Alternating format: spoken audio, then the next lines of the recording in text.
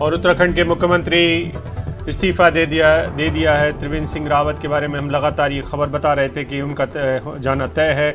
अब उन्होंने आधिकारिक तौर पर गवर्नर के साथ मिलकर इस्तीफा दे दिया है और अब उत्तराखंड में इसी के साथ नए मुख्यमंत्री का आना तय हो चुका है। सरकार बीजेपी की रहने वाली है, उनके साथ पूरे कैबिनेट का भी इस्तीफा हो जाएगा मुख्यमंत्री के साथ ही। अब नई कैबिनेट का गठन धन सिंह रावत को करना होगा। धन सिंह रावत के बारे में खबर है कि वो मुख्यमंत्री के सबसे बड़े संभावित चेहरों में से एक हैं। उनका नाम सबसे आगे चल रहा है। उनका नाम त्रिवेंद्र सिंह रावत ने ही आगे किया था। तो अब इस तरीके से 10 मुख्यमंत्री जा चुके हैं। उत्तराखंड को बने हुए कोई बहुत लंबा अरसा नहीं हुआ है, फिर भी आप देखिए कि उत्तराखंड छोटे राज्य की जो मार है, छोटे राज्य होने की जो मार है वो झेल रहा है। वहां पर नेतृत्व ही स्थायी नहीं है। त्रिवेंद्र सिंह रावत के जाने के बाद एक बार फिर से ये साबित हुआ है कि क्या उत्तराखंड में स्थायित्व की एक बड़ी कमी है, जिसके चलते ये सब हो रहा है। त्रिवेंद्र सिंह रावत ने अपना इस्तीफा सौंप दिया है। इसके पहले जो घटनाक्रम हो रहा है वो घटनाक्रम थोड़ा सा नाटकीय था। उस नाटकीय घटनाक्रम में हम सबको पता है कि केंद्रीय नेतृत्व ने बीजेपी के अपने 2 पर्यवेक्षक भेजे थे, जिसमें छत्तीसगढ़ के पूर्व मुख्यमंत्री रमन सिंह भी शामिल थे। हम अपने साथी दिनेश मानसेरा के पास चलेंगे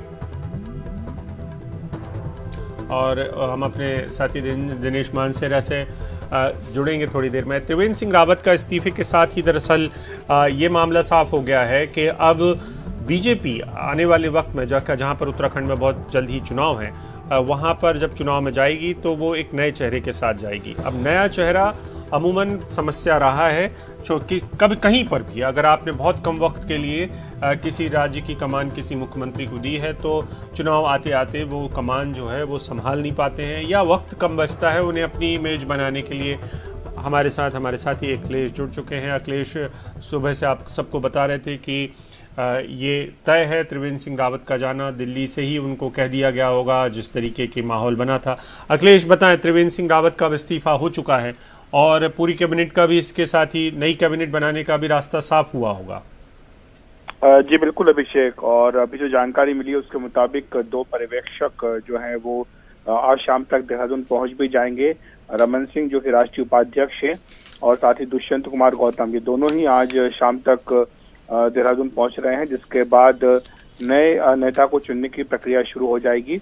हमारे सूत्रों के मुताबिक कल बीजेपी विधायी दल की बैठक संभावित है देहरादून में, जिसमें नए नेता का नाम चुना जाएगा।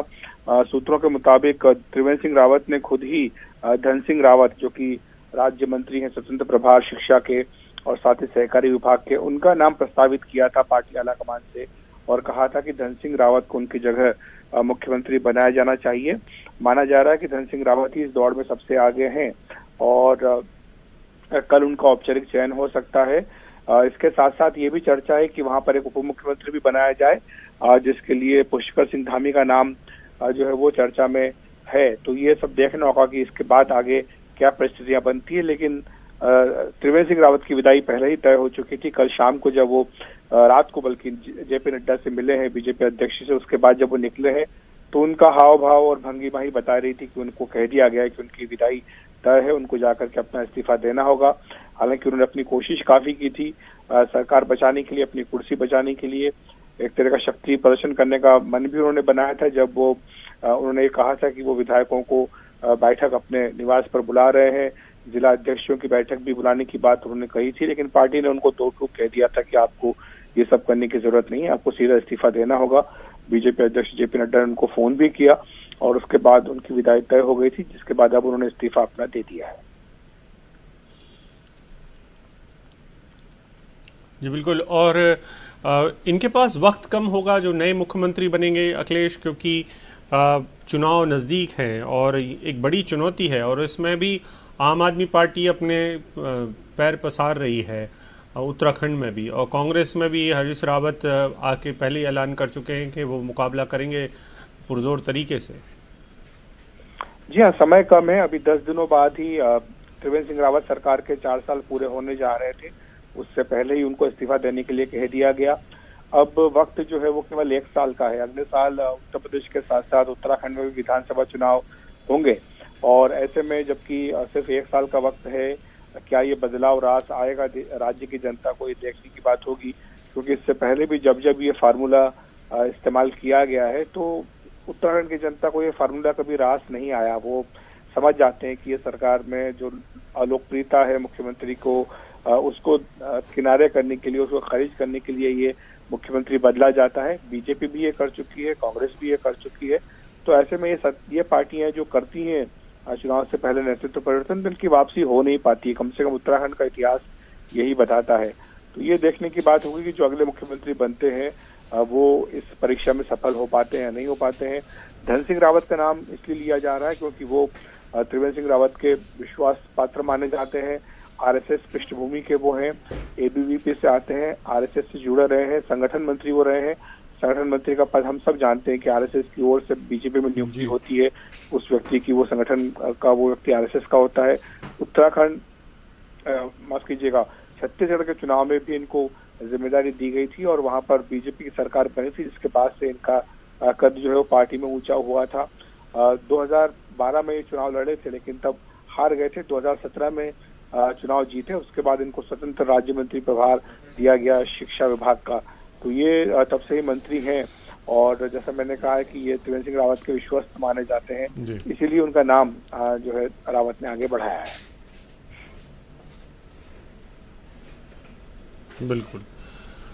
आप हमारे साथ बने रहे। हमारे साथ दिनेश मानसेरा भी हैं। दिनेश, क्या हलचल है देहरादून में, पहले तो ये बता दें और फिर उसके बाद ये भी कि आगे क्या कार्यक्रम रहने वाला है। कैबिनेट की मीटिंग करके निकले होंगे त्रिवेंद्र सिंह रावत, उन्होंने शायद की होगी। तो क्या हुआ, अगर कुछ घटनाक्रम आपके पास आया हो तो? इस समय राजभवन में राज्यपाल बेबी रानी मौर्य के साथ मुलाकात कर रहे हैं और उन्होंने अपना इस्तीफा उनको सौंप दिया है। इसके बाद वो मीडिया से मुखातिब होंगे और उस राजभवन जाने से पहले अपने आवास में उन्होंने सभी विधायकों के साथ एक बैठक करी। उसमें हालांकि बैठक में किसी को अंदर जाने की अनुमति नहीं थी, लेकिन चर्चा यही है कि उन्होंने अपनी बात पे रख दी है कि मैं इस्तीफा देने जा रहा हूं। और उसके बाद जो है आज ये इस्तीफा देने के बाद जो है प्रेस कॉन्फ्रेंस करेंगे और ये एक सूचना मिली है कि कल 11 बजे उत्तराखंड में नए नेता का चुनाव होगा। विधानमंडल की बैठक बुलाई जा रही है और उसके बाद ही नया मुख्यमंत्री का नाम घोषित हो जाएगा।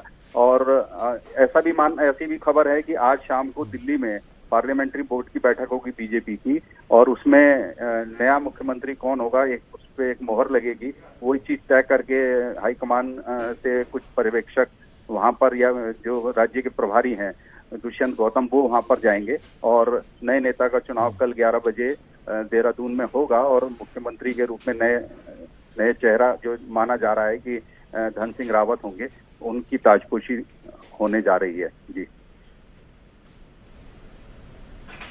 जी, दो छोटे छोटे और सवाल। एक तो ये कि प्रेस कॉन्फ्रेंस कितने बजे होगी और दूसरा ये कि नई कैबिनेट के बारे में क्या क्या, क्योंकि पुरानी कैबिनेट में भी ऐसे कुछ चेहरे हैं जिनको त्रिवेंद्र सिंह रावत के साथ जाना होगा और धन सिंह रावत की अगर नई कैबिनेट होगी तो उसका चेहरा किस तरीके से, जो गलतियां रावत साहब ने त्रिवेंद्र सिंह रावत ने कर दी थी वो धन सिंह रावत ना करें, उसके लिए भी कोई फॉर्मूला बना है क्या? देखिए, ये अभी कयास ही लगाए जा रहे हैं। इस समय जो त्रिवेंद्र सिंह रावत का मंत्रिमंडल है इसमें जी बिल्कुल कयास ही। दो लोग ही ऐसे हैं जो कि बीजेपी की पृष्ठभूमि से हैं, बाकी जितने भी हैं वो कांग्रेस से आए हुए मिनिस्टर रहे। उनको बनाए रखना धन सिंह रावत की मजबूरी भी हो सकती है और जो 3 पद खाली हैं तो संभवतः 3 पद जो है वो बीजेपी के जो अपने कैडर है वहां से मंत्रिमंडल में आएंगे, जिसमें पुष्कर धामी, मुन्ना सिंह चौहान और एक महिला मंत्री का नाम ऐसा लिया जा रहा है। तो वो मतलब नए मंत्री हो सकते हैं और ये उम्मीद की जा रही है कि आज शाम तक इस बारे में भी सारा होमवर्क हो गया होगा या होमवर्क हो जाएगा कि इस नए मंत्रिमंडल में कौन कौन लोग होंगे। सबसे बड़े आगे चुनौती धन सिंह रावत के आगे यही होगी कि वो ब्यूरोक्रेट से बच करके सरकार को चलाएं, तभी उनकी सरकार आगे 1 साल में कुछ ऐसे काम कर पाएगी जिसमें जनता के बीच में उनकी छवि, बीजेपी की छवि को वो उभार पाएंगे।